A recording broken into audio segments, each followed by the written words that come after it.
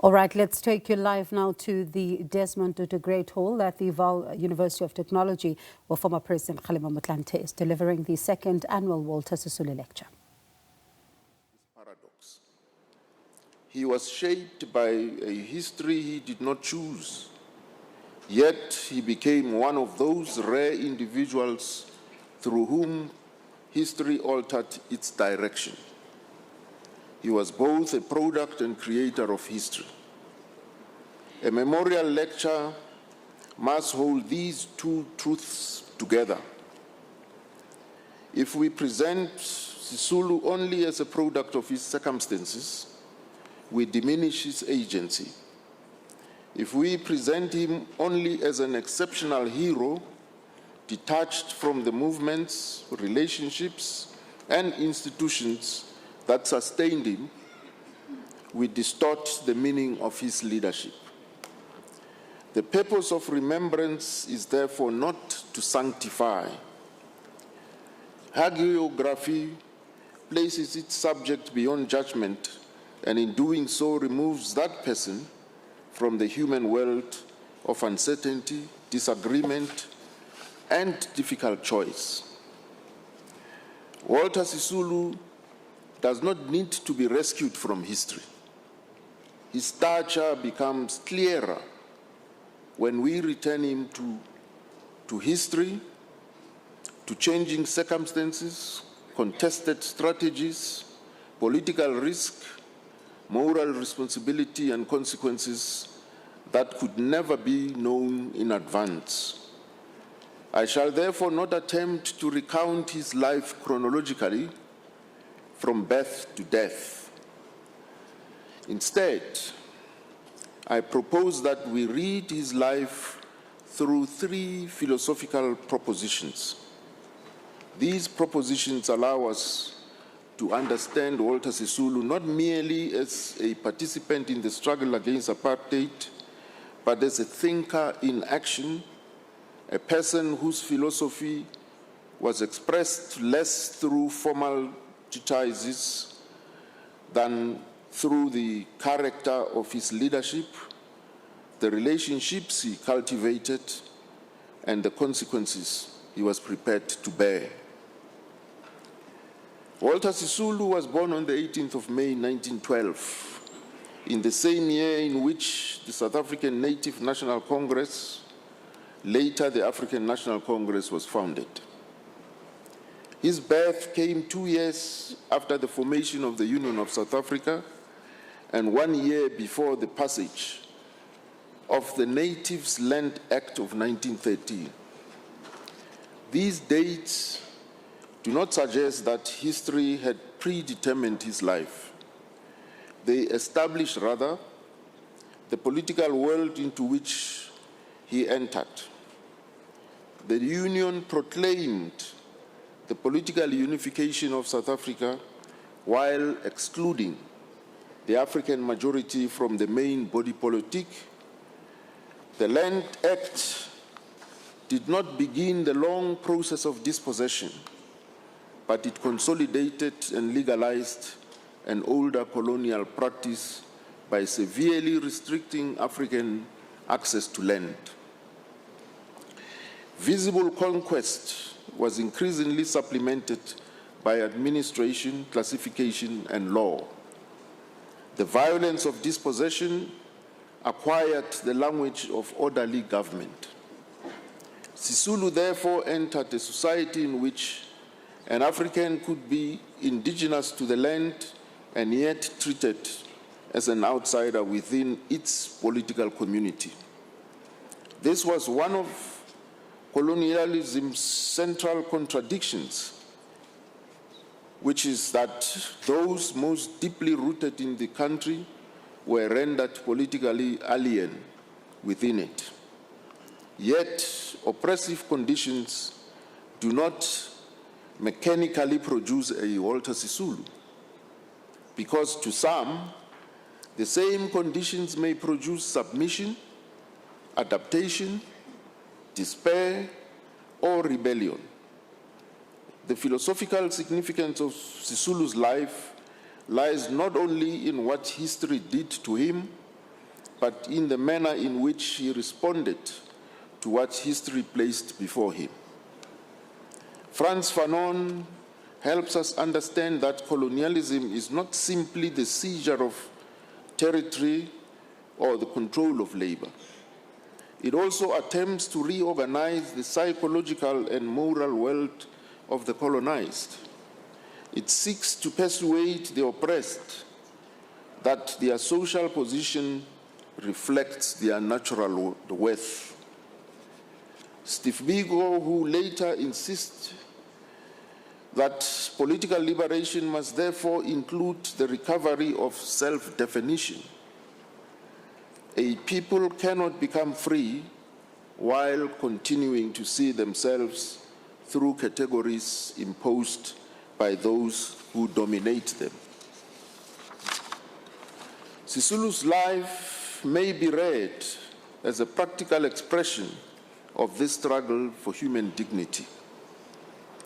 His movement from the rural Eastern Cape to Johannesburg brought him into direct contact with the exploitation of black workers and the severe limitations imposed upon African advancement.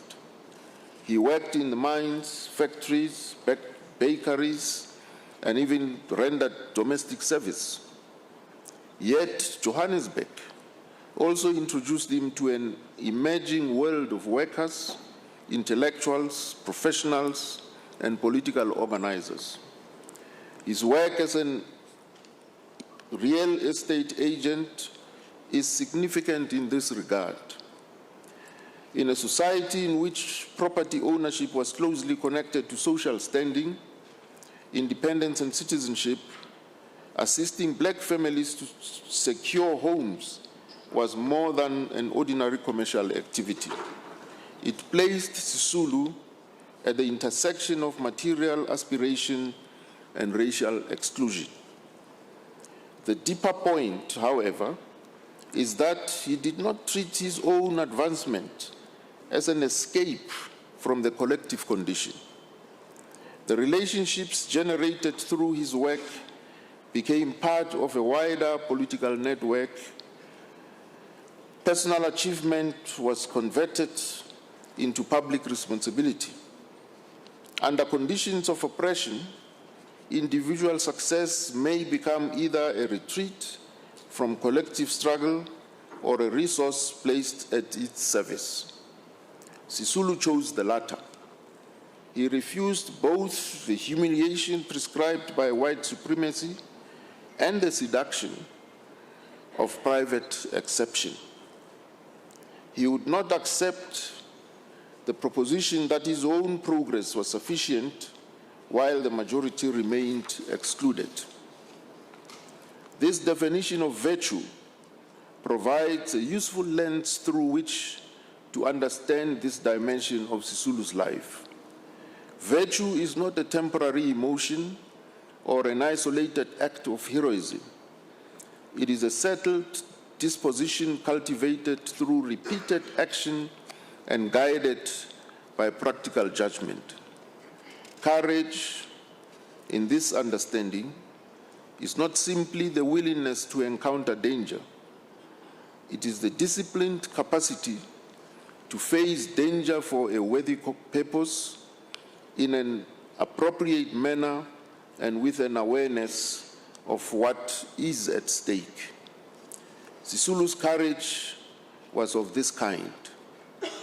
It was cumulative rather than theatrical. It was visible in the patient work of organizing meetings, recruiting members, maintaining communication, resolving disagreements, and carrying collective decisions into practice. It appeared in his willingness to accept restrictions, arrest, and imprisonment, but also in his willingness to listen, to reconsider his views, and to preserve unity among people of sometimes competing convictions. He joined the African National Congress in 1940, encountered many black intellectuals and professionals in Johannesburg who helped establish the ANC Youth League in 1944. He became Secretary General of the African National Congress in 1949 as the Youth League's program of action moved the organization towards mass mobilization and more assertive resistance. The historical significance of these developments is well established. Their philosophical significance deserves equal attention. Public memory is often attracted to the most visible leader, the commanding speaker, the dramatic gesture or the person who comes to symbolize an entire movement. Institutions, however, are frequently built by another kind of leadership, the organizer who connects people, recognizes ability in others, creates opportunities for their development, and ensures that individual talent becomes collective capacity. Sisulu's leadership did not consist in the absence of ambition, conviction, or pride. No serious political leader is without these qualities. His achievement was that he governed the self rather than allowing the self to govern the movement. His relationship with young intellectuals and professionals illustrates this quality. Sisulu recognized political potential and created an influential network of thinkers and activists and contributed to their political development. Yet their relationship was not one of uncritical agreement. It was sustained through discussion, disagreement, correction, and mutual respect. The same may be said of some of his prominent relationships with Nelson Mandela, Oliver Tambo, Anton Lombede, Duma Nokwe, Ahmed Kathrada, Yusuf Kachalia, Ntu Mukhehle, Dr. Diliza Mji, Eskia Mphahlele, Zephania Mutupeng, and many others. These were not merely associations with individuals who would later become famous. They reveal a philosophy of leadership. Sisulu became significant partly because he possessed the judgment to recognize significance in others. Madiba always emphasized that Sisulu led them from behind. This may be one of his most enduring lessons for political organization, that is, leadership reaches its highest form not when it produces followers, but when it produces other leaders.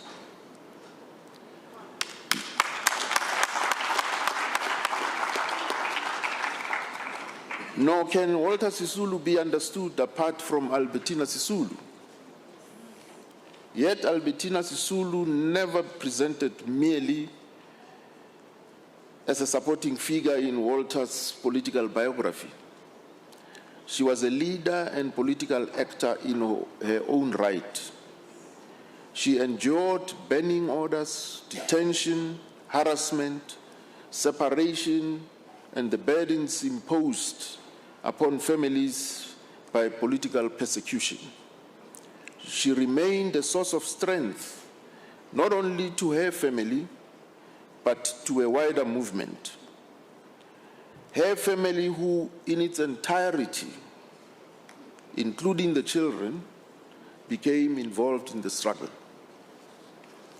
Their partnership demonstrates that solidarity within the family and solidarity within the political community need not be separate moral worlds. Their home became a place of political formation, refuge, and human connection in a society designed to fragment Black life. Sisulu's greatness was relational. His leadership enlarged the capacities of others. His dignity was expressed not through distance from the people, but through responsibility towards them. Sisulu had a distinctive political gift. Walter Sisulu knew how to lead in the dark from moment to moment, knowing just where the spark is and just how strong it must be struck. He understood that real work is the work that no one sees and earns no remark. He possessed the ability to convert private grievance into collective purpose. Millions of people experienced the indignities of racial domination, but indignation, however morally justified, does not automatically become political power. Anger must acquire discipline, language, strategy, and organizational form. Sisulu understood that organization was the bridge between suffering and agency. This understanding formed the work of the ANC Youth League and the Program of Action. The Youth League insisted that Africans should cease being treated as junior participants in their own liberation. It sought to transform the ANC from an organization centered largely upon petitions and deputations into a mass movement capable of disciplined mobilization. Thus, the 1952 Defiance of Unjust Law campaigns illustrated this proposition. The campaign was significant not because isolated individuals broke unjust laws impulsively, but because thousands of volunteers acted together in a coordinated and disciplined manner. Their collective action exposed the distinction between legality and legitimacy. The apartheid state possessed the authority to enact laws, but the volunteers asserted that the power to legislate did not automatically confer moral legitimacy upon laws designed to degrade human beings. Through disciplined defiance, people who had been treated merely as subjects of administration appeared as political agents capable of judgment. The same principle informed the Congress of the People campaign that culminated in the adoption of the Freedom Charter in 1955. The Charter was more than a collection of demands and aspirations. It advanced a philosophical claim about political authorship. People who had been spoken for insisted upon speaking. People who had been governed without consent asserted their right to govern.